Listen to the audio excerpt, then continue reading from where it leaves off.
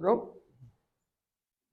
ఈ పరిశుద్ధాత్మ కూటములో దేవుని ఆత్మ కార్యాల గురించి మనం ధ్యానం చేయబోతా ఉన్నాం.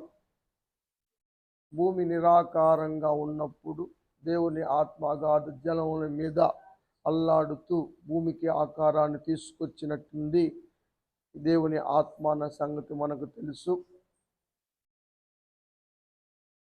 ఇజ్రాయేల్ ప్రజలు ఎర్ర సముద్రం అడ్డం వచ్చినప్పుడు వారికి పరిశుద్ధాత్మ దేవుడే దాన్ని పాయలు చేసి వారిని సురక్షితముగా అద్దరికి చేర్చిన కార్యము దేవుని ఆత్మ ద్వారా జరిగింది. వారికి ఆహారానికి పూరేడు పెట్లు కూడా దేవుని ఆత్మ ద్వారాగానే వచ్చి వాలినాయి. అదేవిధంగా ఆర్థిక సమస్యలతో ఉన్నటువంటి సహోదరి కుటుంబాన్ని బిడ్డలు బాకీ తీర్చలేని పరిస్థితుల్లో దేవుని ఆత్మ కార్యం ద్వారాగా నూనె అద్భుత రీతిగా నూనె కుండలోని నూనె అనేక కుండలు నింపి తద్వారా బాకీలన్నీ తీర్చబడటం అన్నది కూడా దేవుని ఆత్మకార్యము అన్న విషయాలు మనం గతంలో నేర్చుకున్నాం. ఆ విధంగా ప్రతి సమస్యను కూడా లక్ష్మి గారి పట్ల దేవుడు ఆత్మ ద్వారా జరిగించును గాక. వారి సమస్యల నుంచి అద్దరికి చేర్చును గాక. ఆర్థిక సమస్యలు ఇబ్బందులు తొలగించును గాక. దేవుని ఆత్మకార్యాలు కుటుంబంలో జరగటానికి దేవుడు కృప చూపును గాక. ఈరోజు కూడా కొన్ని విషయాలు మనం నేర్చుకోబోతా ఉన్నాం.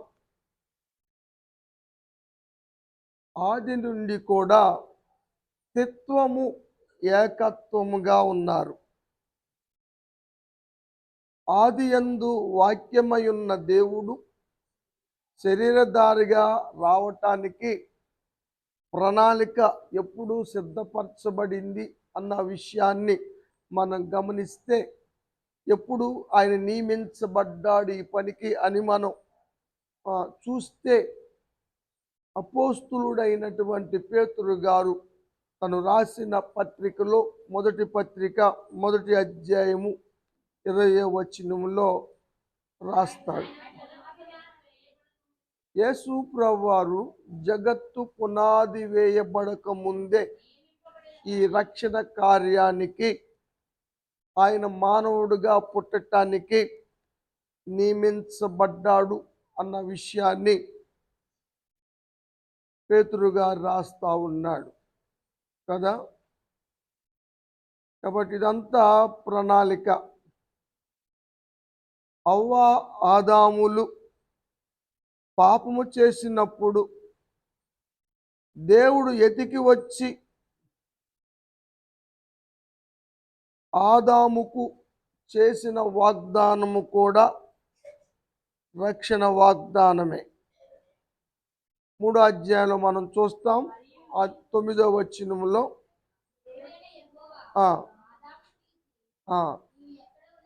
ఎక్కడ ఉన్న ఎతుకులాట అన్నది పడిపోయిన మానవుణ్ణి, నశిస్తున్న మానవుణ్ణి వెదకటం అన్నది ఏదైనా తోట కాడ నుంచి ప్రారంభమైంది కదా. ఆయన వచ్చి కూడా స్త్రీ సంతానముగా జన్మించి కూడా ఆయన కూడా వెతికిన సందర్భాలు మనకు తెలుసు. ఆమె సంతానమునకును కదా స్త్రీ సంతానమునకు వైర్యము కలుగ చేస్తుంది.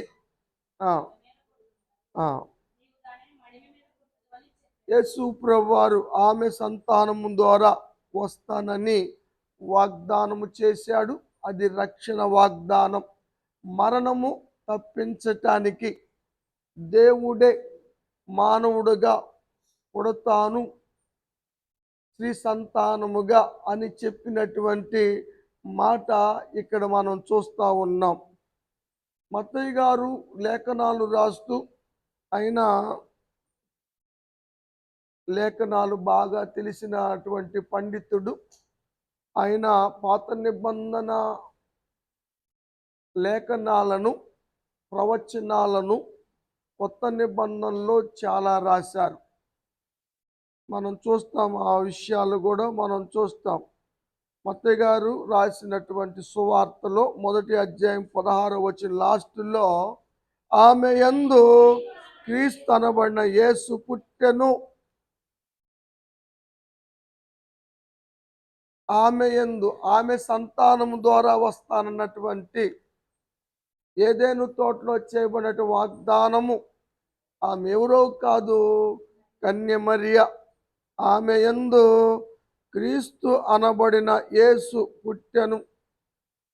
క్రీస్తు, యేసు అన్న పదాలు, ప్రభువు అన్న పదాలు మనం చూస్తాం. యేసు క్రీస్తు ప్రభువు. క్రీస్తు అంటే అభిషేకించబడిన వాడు. దేనికోసం అభిషేకించబడ్డాడు? పాపముల నుండి రక్షించటానికి అభిషేకించబడ్డాడు. కాబట్టి క్రీస్తు యేసు అని ఇక్కడ మత్తయి గారు రాసినట్టుగా మనం చూస్తూ ఉన్నాం. రక్షించబడటానికి అభిషేకించబడిన వాడు యేసుక్రీస్తు. ఆయన కూడా నశించిన దానిని వెదికి రక్షించటానికే వచ్చాడు అని లోకా భక్తుడు రాస్తాడు. 19వ అధ్యాయము 10వ వచనం. దేవుడు మనుష్య కుమారుడుగా వచ్చాడని లోకా భక్తుడు రాశాడు. అయితే జక్కయ్య వెతికాడు, జక్కయ్య చూడగోరాడు. తను పొట్టివాడై ఉన్నాడు కాబట్టి చూడలేక మేడు చెట్టెక్కాడు అన్నది అందరూ భావించే విషయం. కానీ యేసు ప్రభువారే జక్కయ్యని ఎదికాడు. ఆయన మేడు చెట్టు దగ్గరకు వచ్చి నిలిచాడు, జక్కయ్యని పిలిచాడు కదా. జక్కయ్య త్వరగా దిగిరా, నేడు నేను నీ ఇంట ఉండవలసి ఉంది అని యేసు ప్రభువారు చెప్పారు. జక్కయ్య త్వరగా దిగి యేసు ప్రభువాన్ని చేర్చుకున్నాడు. తన బుద్ధి మారిపోయింది, మారు మనసు వచ్చేసింది. తాను ఇప్పుడు దాకా అన్యాయంగా తీసుకున్న వాటికి 4 అంతలు ఇచ్చేస్తానని, మిగిలిన సగభాగము పేదలకు పంచిపెట్టేస్తానని జక్కయ్య చెప్పాడు. యేసు ప్రభువారు ఉంటే మార్పు అన్నది వస్తుంది. ఆయన మాత్రమే మార్చగలడు. కాబట్టి ఆ ఇంటికి రక్షణ వచ్చింది. జక్కయ్య కూడా అబ్రహాముకి వారసుడుగా మార్చబడ్డాడు అని యేసు ప్రభువారు చెప్పిన మాటలు మనం చూస్తూ ఉన్నాం. కాబట్టి ఈ లోకములోనికి రావటానికి నశించిన దాన్ని వెతికి రక్షించటానికి అన్న విషయాలు ఇప్పుడు మనం చూసాం. అక్కడ ఆదాముని వెతికి వచ్చాడు తండ్రి, వాగ్దానం చేశాడు, కుమారుణ్ణి ఈ లోకానికి పంపించాడు. ఈ లోకానికి పంపించేటప్పుడు యేసు ప్రభువారి ద్వారాగా యేసు ప్రభువారి లోకములో ఎలా జన్మించాడు, ఎవరి ద్వారా జన్మించాడు, ఎలా ఈ లోకానికి వచ్చాడు అన్న విషయాలు మనం కొన్ని ఈరోజు ధ్యానం చేయబోతా ఉన్నాం. యేసు ప్రభువారే స్వయంగా ఒక మాట చెప్పాడు. దాన్ని ప్రవక్త అయినటువంటి యెషయా గారు రాశాడు. యెషయా ప్రవక్త కన్యక గర్భవతి అవుతుందని, కుమారుడు అనుగ్రహించబడ్డాడని, నిత్యుడగు తండ్రి అని, రాజ్యభారం ఆయన మీద ఉందని, ఇలా చాలా ప్రవచించాడు యెషయా గారు. సిలువ మరణం గురించి కూడా ప్రవచించాడు. సిలువలో ఆయన ప్రార్థన చేస్తాడని, తను శిక్షించిన వారిని క్షమిస్తాడని, మన శిక్ష ఆయన మీద పడిందని, ఇలాంటి ప్రవచనాలన్నీ కూడా ప్రవచించిన వాడు యెషయా. ఆయన ద్వారా రాయబడిన మాట 48వ అధ్యాయము 16లో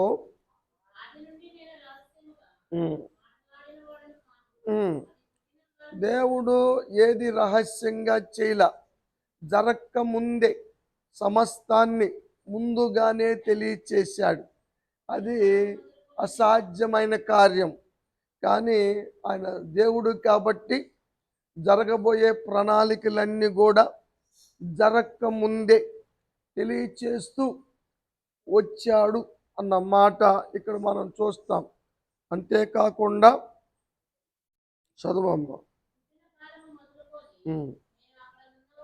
ఆది నుండి నేను అక్కడ ఉన్నవాడను, అయితే ఇప్పుడు ప్రభువు యెహోవాయు ఆయన ఆత్మయు నన్ను పంపెను. చెప్పింది ఎవరు?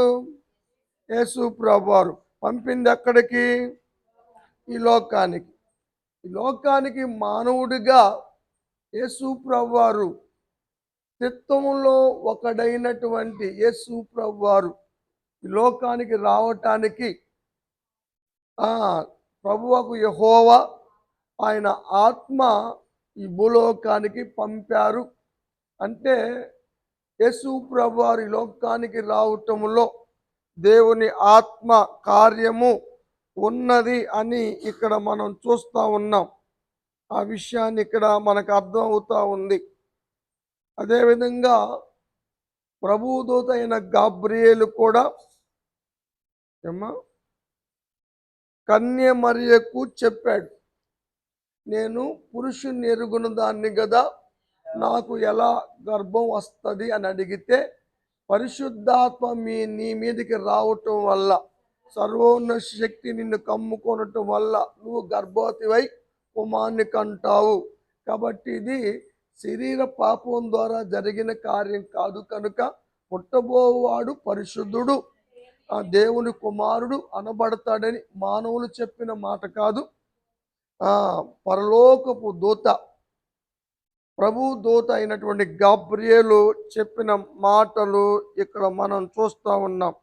కాబట్టి యేసు ప్రభువారు దేవుని కుమారుడు అనబడ్డాడు. యేసు ప్రభువారికి యేసు అని పేరు పెట్టింది ఎవరు? అది ఏ లోక సంబంధమైన పేరు అని మనం ఆలోచన చేస్తే, యేసు అన్నది ఈ భూలోక సంబంధమైన పేరు కానే కాదు.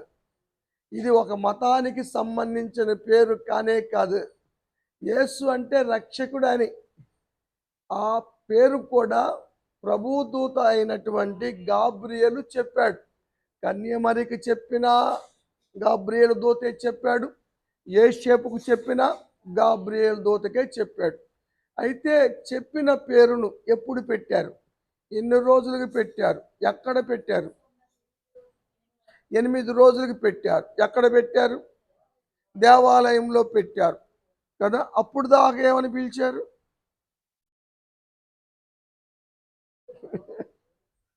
సరే, ఈ కొంచెం మళ్ళీ ఇక అయ్యగారు గుర్తొస్తాడు, బ్యాంక్ మేనేజర్. మత్తయి సువార్త 1వ అధ్యాయం 20వ వచనంలో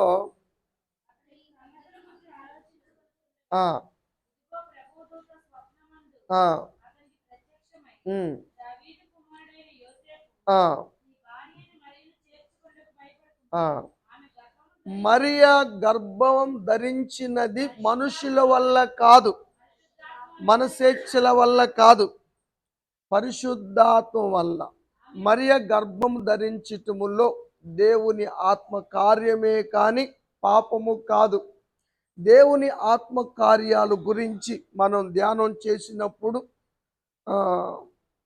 యేసు ప్రభువారి లోకములో రావటానికి, మరియ గర్భములోకి రావటానికి పరిశుద్ధాత్ముడే కార్యము జరిగించాడని ఈ మాటలను బట్టి మనకు అర్థం అవుతా ఉంది. అర్థమైందంటారా ఏమ్మా?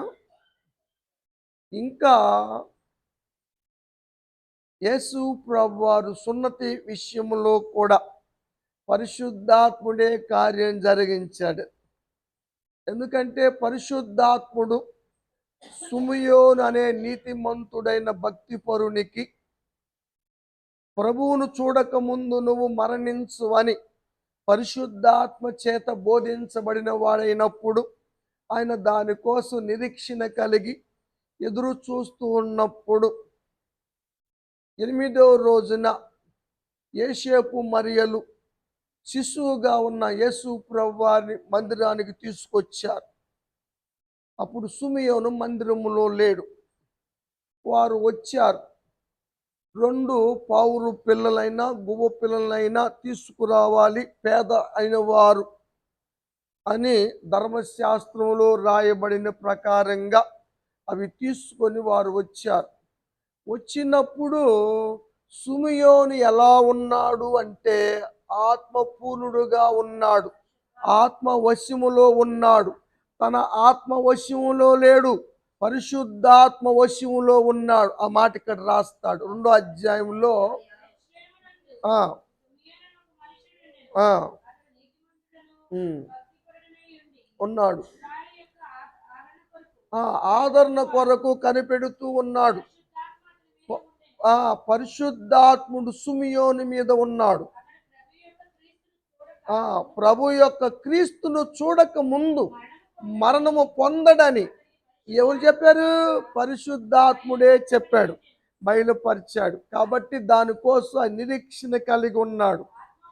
అప్పుడు ఇతను ఆత్మవశుడుగా ఉన్నప్పుడు ఆ మందిరములోకి తీసుకురాబడిన శిశువు ఉన్న సంగతి ఆయనకి తెలియదు.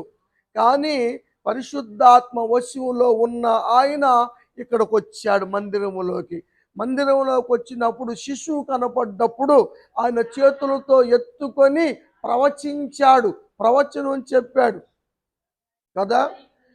ఇశ్రాయేలుకు సిద్ధపరిచిన రక్షణను కల్లారా చూడగలిగాడు యేసు ప్రభువారిలో. ఆ శిశువులో ఇశ్రాయేలు కొరకు సిద్ధపరిచిన రక్షణ కార్యాన్ని చూడగలిగాడు సిమియోను. ప్రవచించాడు, మరియకు జరగబోయే విషయాలు చెప్పాడు. ఆమె హృదయంలోంచి ఖడ్గము దూసుకుపోతుంది అన్న విషయము యేసు ప్రభువారి శిలువ మరణం గురించి మాట్లాడిన మాట. ఇవే కాకుండా సున్నతి కార్యం కూడా ఆయనే చేశాడు. అది ఎవరికి తెలియని రీతిగా, ఎందుకంటే ఆత్మవశంలో ఉన్నాడు. ఆయన ఏం మాట్లాడుతున్నాడో, ఏం ప్రవశిస్తున్నాడో, ఏం చేస్తున్నాడో అంతా ఆత్మవశం అంటే ఏంటి? ఆయన స్వాధీనంలో ఉన్నాడు. తన స్వాధీనం మానవ యొక్క ఆత్మ స్వాధీనంలో లేడు. కాబట్టి సున్నతి విషయములో కూడా పరిశుద్ధాత్మ దేవుడే సున్నతి కార్యాన్ని జరిగించాడు. ఇది కొంచెం మనం ఇంకా వివరంగా చెప్పాలంటే మరి ఒకసారి మనం చెప్పుకుందామండి. ఇవన్నీ కూడా పరిశుద్ధాత్ముని కార్యాలు. యేసు ప్రభువారు పుట్టుక విషయములోను ఆ విషయం పరిశుద్ధాత్ముని కార్యం ఉంది. సున్నతి విషయములోను పరిశుద్ధాత్ముని కార్యం ఉంది. బాప్తిసం తీసుకున్న తరువాత యేసు ప్రభువారు ఏం చెప్పారు? నీటి మూలంగా జన్మించిన వాడు పరలోక రాజ్యాన్ని చూస్తాడు, కానీ ఆత్మ మూలంగా జన్మించిన వాడు పరలోకంలో ప్రవేశిస్తాడు. నీటి మూలంగా జన్మించాడు యేసు ప్రభువారు. ఇప్పుడు ఆత్మ మూలంగా కూడా ఆత్మ నింపుదల కావాలి. అప్పుడు లోకా భక్తుడు రాస్తాడు 3వ అధ్యాయం 21వ వచనం. బాప్తిసం పొందిన తర్వాత యేసు ప్రభువారు కూడా బాప్తిసం తీసుకున్నారు. ఆయనకు అవసరమా? మాదిరి. రేపు మనం యేసు ప్రభువారు మాదిరి గురించి నేర్చుకోబోతున్నాం. మనకి మాదిరి చూపిన, మాదిరి ఉంచిపోయిన దేవుణ్ణి మనం రేపు ఆరాధించబోతున్నాం. అన్న ఏ విషయాల్లో మాదిరించాడు, ఎందుకు మాదిరించాడు అన్న విషయాలు మనం రేపు ధ్యానం చేయబోతా ఉన్నాం. అందుకని బాప్తిసం కూడా యేసు ప్రభువారు మన కొరకు చూపిన మాదిరి. లేకపోతే ఆయన బాప్తిసం తీసుకోవాల్సిన అవసరత లేదు కదా. ఇప్పుడు బాప్తిసం తీసుకొని ఒడ్డుకి రాగానే అని ప్రార్థన చేసినప్పుడు ఆకాశము తెరవబడింది. పరిశుద్ధాత్ముడు పావురములా యేసు ప్రభువారి మీదకి దిగి వచ్చాడు. తండ్రి అయిన దేవుడు, ఇదిగో ఇతడు నా ప్రియ కుమారుడు. ఇక్కడ తిత్వాన్ని చూడగలం మనం. ఇక్కడ తిత్వం కనబడతా ఉంది. యేసు ప్రభువారి కుమారుడు బాప్తిసం తీసుకున్నాడు. పరిశుద్ధాత్ముడు ఆయన మీదకి పౌరములా దిగి వచ్చాడు. తండ్రి మాట్లాడుతున్నాడు, ఇతను నా ప్రియమైన కుమారుడు అని. ఇక్కడ తిత్వాన్ని మనం చూస్తాం. అయితే తిత్వము ఏకత్వముగా ఉంది. దేవుడు కాబట్టి ఆయన ఏ విధంగా అయినా ఉండగలడు. అబ్రహాము దగ్గరికి వచ్చినప్పుడు తిత్వమే మానవులుగా వచ్చారు. లోతు దగ్గరికి వెళ్ళినప్పుడు తండ్రి అక్కడ మాట్లాడుతూ ఉంటే యేసు ప్రభువారు పరిశుద్ధాత్ముడు దేవదూతల్లాగా వెళ్ళారు లోతు దగ్గరికి. వాళ్ళు ఏ రూపాన్నైనా ధరించుకోగలరు, వాళ్ళు కలిసి ఉండగలరు, విడిగా ఉండగలరు. అంత మాత్రాన ముగ్గురు దేవుళ్ళు కాదు, ఒకడే దేవుడు. ఎందుకంటే సూర్యుడు ఒక్కడే, మనకు తెలుసు ఆ సత్యము. కానీ సూర్యుడిలోనే వెలుగుంది, ఆ వెలుగులోనే వేడుంది. సూర్యుడు తండ్రి అనుకుంటే వెలుగు యేసు ప్రభువారు అనుకుంటే వేడి పరిశుద్ధాత్ముడు. సూర్యుడు లేకుండా వెలుగు లేదు, వెలుగు లేకుండా వేడి లేదు. అది తిత్వం. మీకు ఉదాహరణకు అర్థం అవటానికి చెప్పా ఏమ్మా. సరే, మంచిది. కాబట్టి బాప్తీసం విషయంలో కూడా పరిశుద్ధాత్ముని కార్యము ఉన్నట్లుగా మనం చూస్తూ ఉన్నాం. ఇప్పుడు యేసు ప్రభువారు పరిశుద్ధాత్మ పూర్ణుడయ్యాడు. యేసు ప్రభువారు ని నడిపించటములోను శోధన జయించటములోను పరిశుద్ధాత్ముడే కార్యం జరిగించాడని ఇక్కడే లూకా భక్తుడు రాశాడు 4వ అధ్యాయం. యేసు ప్రభువారు పరిశుద్ధాత్మ పూర్ణుడయ్యాడు, ఆత్మతో నింపబడ్డాడు. ఆ ఆత్మచేత నడిపించబడ్డాడు. మనం కూడా ఆత్మచేతే నడిపించబడాలి. చదువమ్మ. అప్పుడు అపవాది చేత శోధించబడ్డాడు. పరిశుద్ధాత్మ శక్తి ద్వారా అపవాదిని తరిమి కొట్టగలిగారు. అప్పుడు అపవాది ప్రతి విధమైన శోధన ముగించుకొని వెళ్ళెను అని అక్కడ రాయబడుతుంది. విడిచి వెళ్ళిపోయిన తర్వాత యేసు ప్రభువారు ఆత్మపూర్ణుడయ్యాడు. కాబట్టి ఈ కుటుంబం ఏర్పాటు చేసి కుటుంబంలో ప్రతి విధమైన శోధన తొలగిపోవును గాక.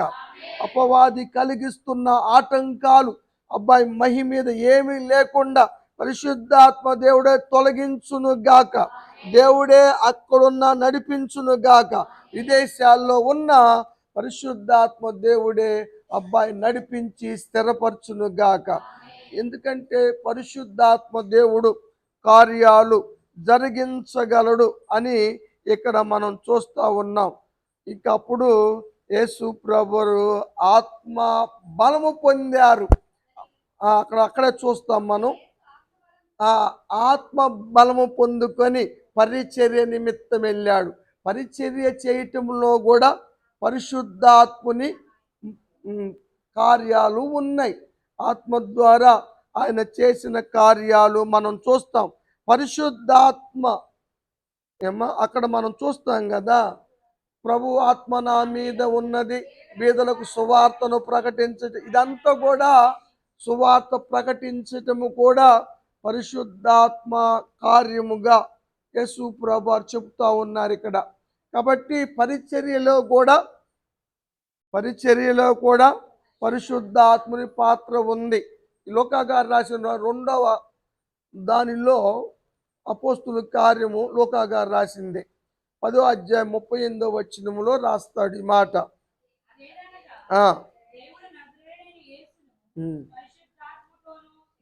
తండ్రి అయిన దేవుడు కుమారుడైనటువంటి యేసు ప్రభువాన్ని పరిశుద్ధాత్మతో అభిషేకించాడు అని లోక భక్తుడు రాస్తా ఉన్నాడు. అది బాప్తిసం తీసుకున్నప్పుడు జరిగిన కార్యము. నాకు మనం చదివాం కదా 3వ అధ్యాయంలో. దాన్ని ఇక్కడ ఎత్తి రాస్తా ఉన్నాడు. చదువమ్మ. దానివల్ల ఏం జరిగింది? దేవుడు తోడుగా ఉన్నాడు. అపవాది చేత పీడించబడిన వారిని స్వస్థపరిచాడు. మొత్తం పరిచర్య అంతా చేస్తా ఉన్నారు. కాబట్టి పరిచర్యలో పనిచేసే విషయములో పరిశుద్ధాత్మని కార్యము చూస్తూ ఉన్నాం. కాబట్టి మహి చేసే పని విషయంలో కూడా పరిశుద్ధాత్ముడే కార్యము జరిగించునుగాక, పని చేయించునుగాక. పరిశుద్ధాత్మ దేవుడు చేస్తాడు, చేయిస్తాడు అన్న విషయాలు ఇక్కడ మనం చూస్తూ ఉన్నాం. కాబట్టి పరిశుద్ధ స్వస్థత కార్యాలు కూడా పరిశుద్ధాత్మ ద్వారా జరిగినాయి. యేసు ప్రభువారు అందరూ దెయ్యాలు ఎలగొడుతున్నాడు, ఈయన బెయల్జెబూలు దెయ్యములకు అధిపతి అని యేసు ప్రభువారిని చెడుగా ప్రచారం చేశారు. శాస్త్రులు పరిచయులు కలిసినప్పుడు యేసు ప్రభువారు ఏ విధంగా దెయ్యాలను కొట్టా అని చెప్పాడు. మత్తయి గారు రాశాడు. మత్తయి రాసిన సువార్తలో 12వ అధ్యాయం 28వ వచనం, దేవుని ఆత్మ వలన నేను దయ్యములను ఎల్లగొట్టాను కదా, దేవుని ఆత్మ ద్వారా. అందుకనే ఏదన్నా దయ్యములు ఎల్లగొట్టేటప్పుడు మనం పరిశుద్ధాత్మ కూటంలోనే వాటిని చేస్తాం. వీటిని చెయ్యాలన్నా కూడా ఈ విశ్రాంతి దినం రోజే మనం ఆ విధంగా పెట్టుకున్నాం. ఎందుకంటే ఇప్పుడు నా వల్ల నీ వల్ల అయ్యే కార్యం కాదు, అది పరిశుద్ధాత్మ వల్ల జరిగే కార్యం. లేకపోతే మనకు శక్తి చాలపోతుంది, ఎవడు ఊరా అంటది, నీకు అధికారం వేడతరా అంటది. ఆ న్యాయాధిపతులు 7 కొడుకులు అల్లా, ఎవరురా మీరు, నాకు పౌలు గారు తెలుసు, యేసు ప్రభు గారు తెలుసురా, దేవుడు నన్ను ఎలగొడతాను. కానీ వాడి మీద పడి వాడిని ఇరిసేసి బట్టలు చింపెత్తే వాడు దిగంబరుగా పారిపోయిన సంఘటన లోకా గారు రాశాడు. కాబట్టి పరిశుద్ధాత్మ ద్వారాగే అవన్నీ కూడా. ఒకవేళ ఆటంకాలు మైండ్ సరిలేక ఒకవేళ సాతాను స్వాధీనంలో ఉన్నప్పటికీ ఎవరున్నా కూడా ఆలోచనలన్నీ కూడా సాతాను కలిగించే ఆలోచనలుంటే ఈ విషయంలో కూడా పరిశుద్ధాత్మ దేవుడు దాన్ని తొలగించి ఎల్లగొట్టును గాక. పరిశుద్ధాత్ముడు చేస్తాడు ఈ కార్యాలని వాక్యంలో మనం చూస్తూ ఉన్నాం. ఇంకా ఏమో రక్షణ కార్యములో కూడా కొన్ని విషయాలు మీతో చెబుతాను. ఇంకా 10 నిమిషాలు ఉంది మనకి టైం. అంటే మనం ముందుగానే మొదలు పెట్టాం కాబట్టి కొంచెం ఎక్కువగా కలిసి వచ్చింది టైం. ఇప్పటికే 45 నిమిషాలు అయింది, ఇంకా 10 నిమిషాలు కూడా చెప్పేస్తాను. యేసు ప్రభువారు బలి అయ్యారా లేదా? బలి అర్పణ చేశాడు, ఆయనే బలి అయ్యాడా? ఎక్కడ? శిలువలో. ఎవరికి అయ్యాడు? తండ్రికి. అర్పించింది ఎవరు? పరిశుద్ధ. అంటే రక్షణ కార్యములో కూడా త్రిత్వం ఉన్నది. ప్రతి విషయములో త్రిత్వాన్ని మనం చూడగలుగుతాం. చాలామందికి అర్థం కావటం లేదు, చాలామంది తెలుసుకోలేకపోతున్నారు. ముగ్గురా, ఒక్కడా, ఆయన చేశాడా, ఈయన చేశాడా, ఈయన కార్యం ఏంది, ఆయన కార్యం ఏంది అని విభజిస్తూ ఉన్నారు. సైతాన్ యొక్క ఆయుధాల్లో మొదటి ఆయుధం తెలుసా? విభజించు, పాలించు. దాన్ని కదా ఇంగ్లీషు వాళ్ళు నేర్పెళ్ళారు. అది తర్వాత మనకు కూడా ఎడగొట్టారు. మరి ఈరోజు కూడా తెలంగాణలో భూకంపం వచ్చింది. మనం చెప్పే మళ్ళీ వస్తుందని, ఇంకా వస్తుంది. ఆంధ్రాకు కూడా ఉంది. ఇంకా దేశాల్లో కూడా 7% వచ్చింది. అమెరికాలో వచ్చింది. సునామీ కూడా వస్తుంది అమెరికాలో. ఏమ్మా, మొన్నది 3 రోజుల క్రితం. ఈరోజు మళ్ళీ ఇక్కడ వచ్చింది, హైదరాబాద్లో వచ్చింది, తెలంగాణలో. కాబట్టి పరిస్థితులు మారుతూ ఉన్నాయి, మీరు అన్నీ గమనించాలి. ఆ విషయము హెబ్రీ సంఘానికి రాస్తాడు పౌలు గారు 9వ అధ్యాయం 14వ వచనం. నిత్యుడగు ఆత్మ ద్వారా ఎవరు తన్ను తాను నిర్దోషిగా బలిగా అర్పించుకున్నాడు యేసు ప్రభువారు. ఎవరి ద్వారాగా? నిత్యుడగు ఆత్మ ద్వారా. ఎవరికి? తండ్రికి. దేవునికి స్తోత్రం. అంటే రక్షణ కార్యములో యేసు ప్రభువారితో పాటు పరిశుద్ధాత్మని కార్యం ఉందా? తండ్రి పాత్ర ఉందా? అదే ఏకత్వం. అంటే ఏకత్వం అర్థం కావటం లేదు. పునరుద్ధానములో కూడా దేవుని ఆత్మ కార్యం ఉందా లేదా? ఎలా చెప్తారు మీరు? ఎలా చెప్తారు? చెప్పండి అమ్మా, పర్లేదు. ఇప్పుడు ప్రైజ్లు ఏమి పెడతలేదురా. మేము చెప్పినా ఏమన్నా చెప్పకపోయినా ఏమన్నా.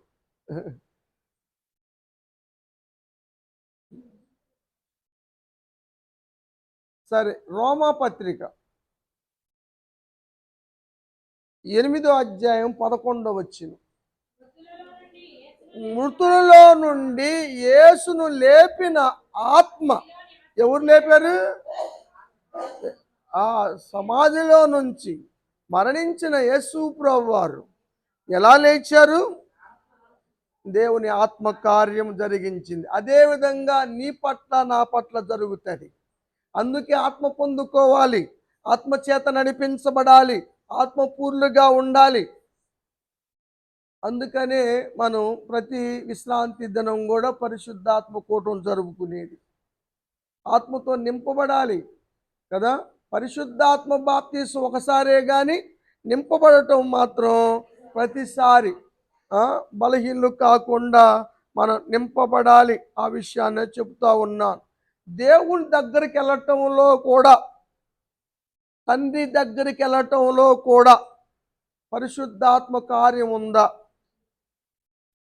ఉంటే ఉండొచ్చు, ఉంటే చెప్పు, లేదు మానుకుంటారా?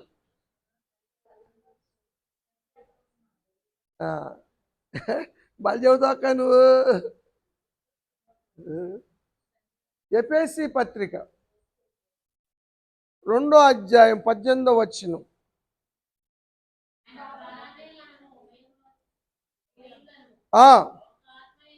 ఆత్మ ద్వారానే తండ్రి దగ్గరకు వెళ్ళగలం.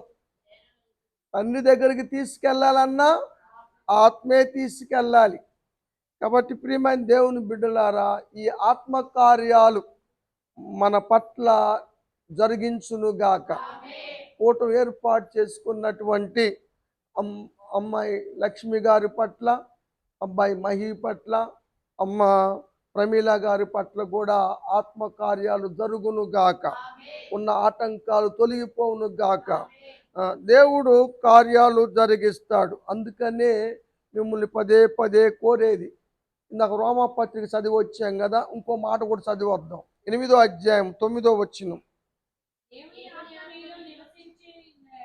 దేవుని ఆత్మ మీలో ఉంటేనే మీరు ఆత్మ స్వభావం కలిగిన వారు, లేకపోతే శరీర స్వభావం కలిగిన వారే. ఆత్మ లేని వారందరూ శరీర స్వభావం గలవారే. ఒకవేళ ఆత్మ లేని వారుగా ఉంటే వాడు దేవుని బిడ్డ కానే కాదు. ఎందుకంటే త్రిత్వము ఒకటే, ఏకత్వము. ఆత్మ కలిగి ఉండాలి. 14వ వచనం చదవండి. దేవుని ఆత్మ చేత ఎవరైతే నడిపించబడతారో వారే దేవుని కుమారులు అనబడతారు, లేకపోతే దేవుని కుమారులు కానే కాదు. అందుకని ప్రియమైన దేవుని బిడ్డలారా, ఆత్మ పొందుకోండి. ఆత్మ కార్యాలు గొప్పవి. ఆత్మ జరిగించేటువంటి కార్యాలు సామాన్యమైనవి కాదు. ఆత్మ అందరికి చేర్చగలడు, పోషించగలడు, కోరికలు తీర్చగలడు, శోధనలు తప్పించగలడు, స్వస్థపరచగలడు, దయపు శక్తులను, పీడించబడుతున్న వారిని విడుదల దయచేయగలడు, స్థిరపరచగలడు, బలపరచగలడు, ఏదైనా చేయగలడు ఆయన. కాబట్టి అలాంటి గొప్ప కార్యాలన్నీ దేవుని ఆత్మ మహి పట్ల జరిగించునుగాక. దేవుని మాటలు దీవించునుగాక. టైం అయింది.